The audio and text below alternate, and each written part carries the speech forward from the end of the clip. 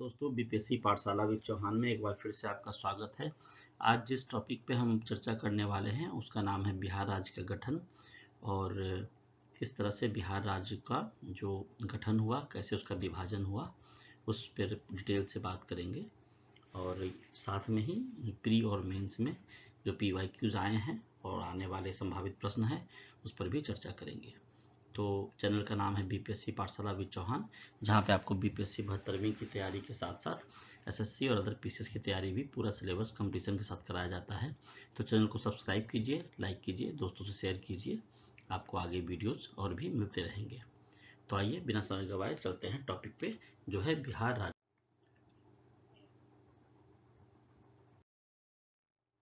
दोस्तों, बिहार राज्य का गठन या पृथक राज्य के रूप में इसका गठन हुआ उसके बारे में हम चर्चा करते हैं। तो यह विचार सबसे पहले डॉक्टर सचिदानंद सिन्हा को आया था कि बिहार को अलग प्रांत बनाया जाए, और ये तब आया था जब वो इंग्लैंड में थे। और इंग्लैंड में उन्होंने पाया कि जो तत्कालीन प्रशासनिक संरचना थी उसमें बिहार का कहीं भी कोई नाम का उल्लेख हुआ नहीं था। बिहार को बंगाल का ही एक अंग माना जाता था और बंगाल के अंतर्गत ही इसकी व्यवस्था को देखी जाती थी। यह देखकर उन्हें दुख हुआ कि इतने बड़े प्रांत को अभी तक कोई भी जानता नहीं है, इसकी जानकारी नहीं है लोगों को, तथा वे बिहार को पृथक राज्य बनाने की दिशा में इस तरह से प्रयासरत हुए। निर्माता की बात करें तो सचिदानंद सिन्हा के साथ साथ महेश नारायण, अली इमाम, हसन अली इमाम नाम था इनका, जैसे लोग आधुनिक बिहार के निर्माता के रूप में जाने जाते हैं या माने जाते हैं। हम घटनाक्रम को समझते हैं तो सबसे पहले बिहार टाइम्स और बिहारी समाचार पत्र की बात करते हैं। तो सदानंद सिन्हा ने ही श्री कृष्ण सहाय एवं नंद किशोर लाल के साथ पटना से बिहार टाइम्स या बिहार समाचार पत्र निकाला, जिसके मुख्य संपादक के रूप में महेश नारायण को प्रतिष्ठित किया गया था। 1908 की बात है जब बिहार प्रदेश कांग्रेस समिति का गठन हुआ, जिसके प्रथम अध्यक्ष बने थे हसन अली इमाम। ये दूसरी घटना है।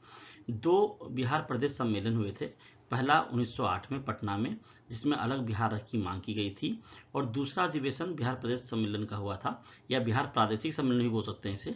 वो 1909 में हुआ था, एक 1908 में, एक 1909 में। 1908 वाला पटना में, 1909 वाला भागलपुर में, और फिर से यही अलग बिहार की मांग उसमें भी दोहराई गई।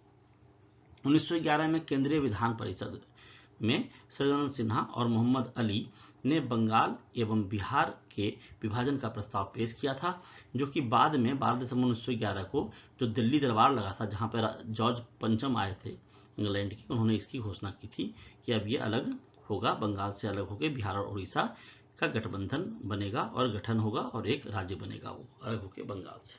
यहाँ उड़ीसा लिखा है, उसको ओडिशा पढ़िए, आज के समय में वो ओडिशा है, तब उड़ीसा था। आगे हम कुछ महत्वपूर्ण बिंदुओं से समझते हैं कि पृथक राज्य जो हुआ था, बिहार जो बना था पृथक बिहार, उस राज्य का गठन और बिहार दिवस कब मनाया जाता है। तो 22 मार्च 1912 को बिहार बंगाल से अलग होकर एक नया प्रांत बना था, इसलिए 22 मार्च को हम बिहार दिवस मनाते हैं। एक्चुअल में 22 मार्च को अधिसूचना जारी हुई थी, और जिस दिन अधिसूचना जारी हो गई थी उस दिन को ही बिहार दिवस के रूप में मनाया जाता है। तो तारीख है 22 मार्च। बिहार और उड़ीसा अलग कब हुए, तो 1 अप्रैल 1936 को बिहार और उड़ीसा भी अलग अलग हो गए थे। 22 मार्च को जो अधिसूचना जारी हुई थी उसमें बिहार को और उड़ीसा को बंगाल से अलग किया गया था, और 1 अप्रैल 1936 को बिहार और उड़ीसा भी अलग अलग प्रांत बन गए थे बिहार एक राज्य के रूप में। 26 जनवरी 1950 को बिहार भारत गणराज्य का एक राज्य बना। अलग झारखंड कब हुआ, तो 15 नवंबर 2000 को बिहार का दक्षिणी भाग अलग होकर झारखंड राज्य बना, और इस तरह से जो अंतिम जो हुआ है पृथक्करण, वो बिहार और झारखंड का ही हुआ है। बिहार का नाम, यहाँ के प्राचीन समय में, यहाँ जो है बिहार में प्राचीन समय में बौद्ध भिक्षुओं का निवास स्थान था बहुत सारी जगहों पे, उसे विहार कहते थे। यही विहार बाद में बिहार के रूप में प्रसिद्ध हुआ।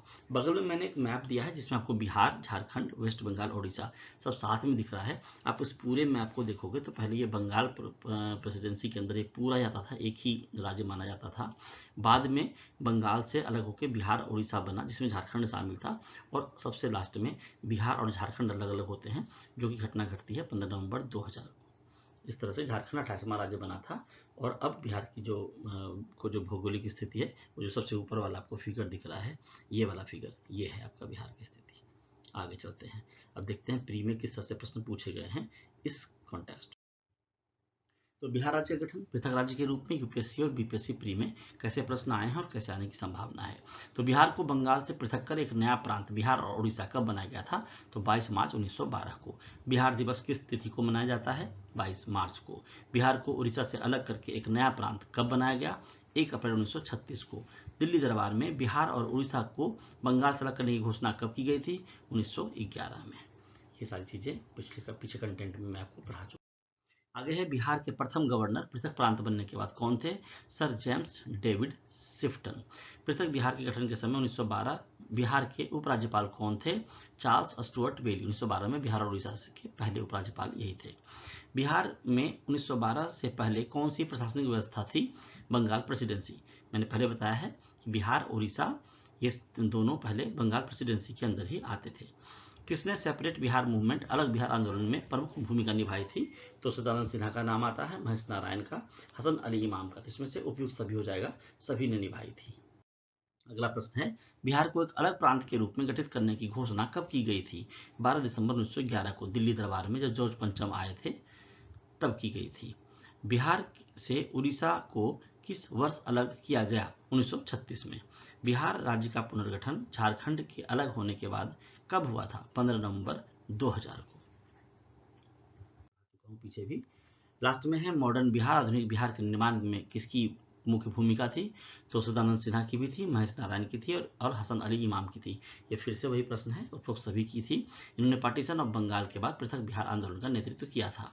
बंगाल से अलग होने के समय बिहार में कौन कौन से क्षेत्र शामिल थे? तो बिहार भी था, झारखंड भी था और उड़ीसा भी था। ये 1912 में तीनों एक ही प्रांत था। बाद में 1936 में उड़ीसा अलग होता है बिहार से और झारखंड अलग होता है 15 नवंबर 2000 को। इस तरह से हमने देखा प्री में किस तरह से प्रश्न आते हैं। अब मुख्य परीक्षा में कैसे प्रश्न आएंगे उसके बारे में जानकारी लेते हैं। तो बिहार राज्य गठन पृथक राज्य के रूप में पृथक राज्य के रूप में यूपीएससी बीपीएससी मुख्य परीक्षा में किस तरह के प्रश्न आते हैं या आए हैं। बिहार के पृथक राज्य के रूप में गठन के कारणों और उसका ऐतिहासिक महत्व का विश्लेषण कीजिए। यह प्रश्न 1911-12 के घटनाक्रमों पर केंद्रित होता है।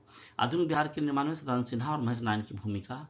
1912 के बाद से बिहार के प्रशासनिक और क्षेत्रीय बदलाव की चर्चा। 1911-12 में बिहार की स्वतंत्रता के लिए पृथक राज्य के रूप में किए गए आंदोलन। तो ये सारे जो मैंने क्वेश्चंस दिए हैं ये 7 इस स्लाइड और आगे के भी 7 हैं अगले स्लाइड में।